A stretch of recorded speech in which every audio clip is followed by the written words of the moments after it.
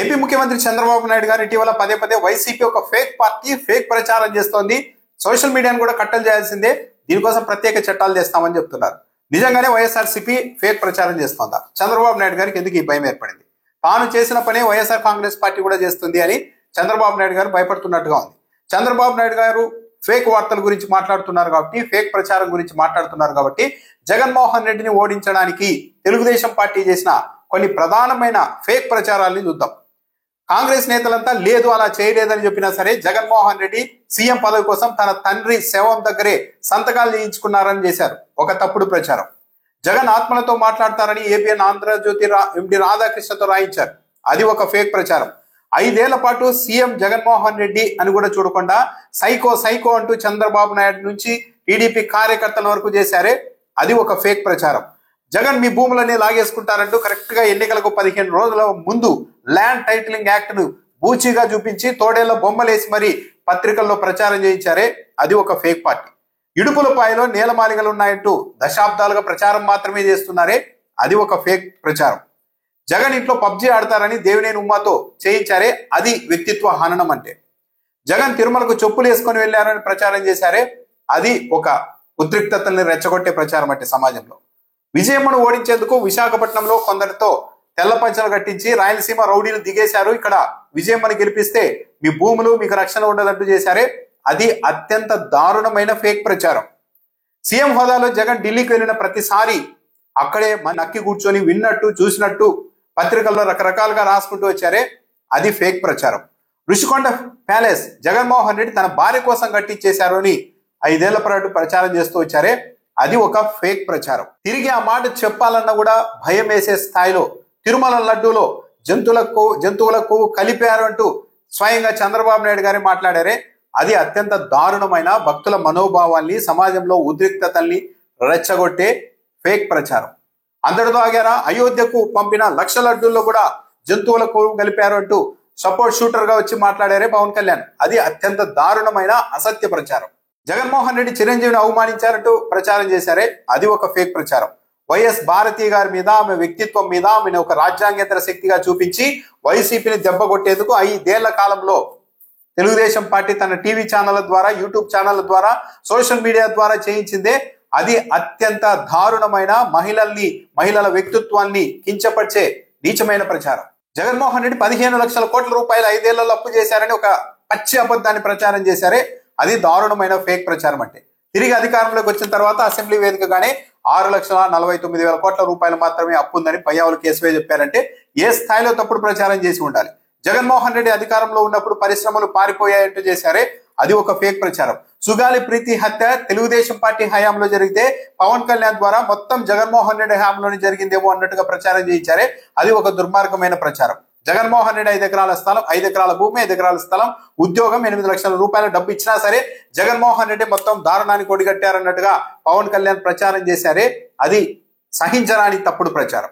జగన్ ఒక్క సచివాలయ వ్యవస్థ ద్వారానే 1,35,000 ఉద్యోగాలు ఇస్తే 5 ఏళ్లలో ఒక్క ఉద్యోగం కూడా ఇవ్వలేదు జగన్మోహన్ రెడ్డి అంటూ ప్రచారం చేశారే ఎన్నికల సమయంలో, అది ఫేక్ ప్రచారం. అంటే అమ్మ ఒడి డబ్బుల్లో 2,000 రూపాయలు స్వయంగా జగన్మోహన్ రెడ్డి ఖాతాకి వెళ్ళిపోతుందని నారా లోకేష్ గారు చేశారే, అది అసత్య ప్రచారం. అంటే తిరిగి అదే ఆరోపణ ఈసారి వైఎస్ఆర్సీపీ వాళ్ళు లోకేష్ మీద చేస్తే మాత్రం మా వ్యక్తిత్వాన్ని హననం చేస్తారా, మీ మీద దావాలు వేస్తామంటూ ఎదురుదాడి చేశారే, అది ద్వంద్వ ప్రమాణం. అంటే విశాఖ స్టీల్ ప్లాంట్ ఎత్తేసి అక్కడ రాజధాని కట్టాలని జగన్ ప్లాన్ చేయించారని ఒక పెద్ద మనిషి ద్వారా ప్రచారం చేయించారే, అది ఫేక్ ప్రచారం. అంటే తిరుమల 7 కొండలు కాదు 2 కొండలే అంటూ వైఎస్ఆర్ జీవో ఇచ్చారంటూ ఒక పచ్చి అబద్ధాన్ని దశాబ్దాల పాటు ప్రచారం చేస్తూ వచ్చారు, అది పూర్తి అసత్యమైన ప్రచారం.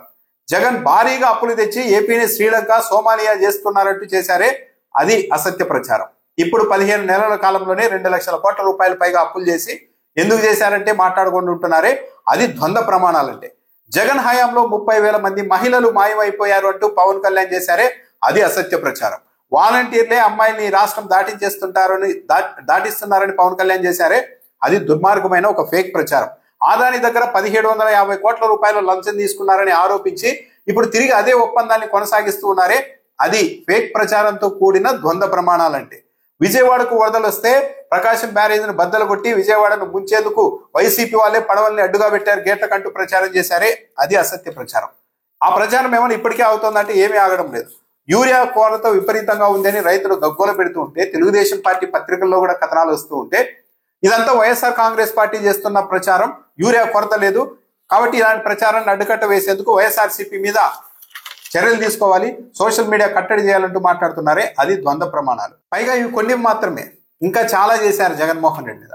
ఒక్క జగన్మోహన్ రెడ్డి మీదే కాదు, తెలుగుదేశం పార్టీకి ఎవరైతే ఎదురు నిలబడతారో వాళ్ళందరి మీద ఇలాంటి ప్రచారాలు వివిధ సందర్భాల్లో చేస్తూనే వచ్చారు. సీనియర్ ఎన్టీఆర్ కావచ్చు, లక్ష్మీ పార్వతి కావచ్చు, రోజా కావచ్చు, నరేంద్ర మోడీ గారు కావచ్చు, అమిత్ షా కావచ్చు, కేసీఆర్ కుటుంబం కావచ్చు, వైఎస్ఆర్ కావచ్చు, చిరంజీవి కుటుంబం కావచ్చు, ఇలా ఎవరైతే తమకు రాజకీయ ప్రయోజనాలకు అడ్డుగా ఉంటారో వాళ్ళందరి మీద చేసింది వ్యక్తిత్వ హననం, ఫేక్ ప్రచారమే. తెలుగుదేశం పార్టీ చేసిన ప్రచారాల ముందు ఇక ఏ పార్టీ కూడా ఆ స్థాయిలో ప్రచారం చేయలేదు, చేయడం సాధ్యం కూడా కాదు. ఒకవేళ ప్రయత్నించినా సరే తెలుగుదేశం పార్టీ చేసిన ఫేక్ ప్రచారంలో మహా అయితే 1% చేయగలుగుతారేమో యువతల వాళ్ళు. అంతకుమించి చేయడానికి వీళ్ళ దగ్గర వ్యవస్థలు లేవు, అంత వ్యవస్థీకృతమైన వ్యక్తులు లేరు, అలాంటి ప్రచారం చేసే అంత స్థాయి ఆలోచన, అలాంటి మైండ్ సెట్లు కూడా యువతల వాళ్ళకి లేవు. సో ఇంత చేసి ఇప్పుడు వైఎస్ఆర్సీపీ ఫేక్ ప్రచారం చేస్తోంది అని చంద్రబాబు నాయుడు గారు మాట్లాడుతూ ఉన్నారంటే, చంద్రబాబు నాయుడు గారి ఆలోచన ఒకటే అయి ఉండవచ్చు. మేము ఇలాగే వందల సంఖ్యలో ఫేక్ ప్రచారాలు చేసి, వ్యక్తిత్వ హననాలు చేసి వైఎస్ఆర్ కాంగ్రెస్ పార్టీని గత ఎన్నికల్లో ఓడించాం. ఎక్కడ వైఎస్ఆర్ కాంగ్రెస్ పార్టీ వాళ్ళు కూడా అలాంటి ప్రచారాలని మా మీద చేస్తారేమో అన్న ఒక ఆందోళనతో చంద్రబాబు నాయుడు గారు పదే పదే ఇంకా వైసీపీ ప్రచారం చేయకపోయినా సరే వైసీపీ ఫేక్ ప్రచారం చేస్తోంది అంటూ దాడి చేస్తున్నట్టుగా ఉంది. అంటే భయం, మేము చేసిందే అవతల వాళ్ళు చేస్తారేమో మా మీద అని.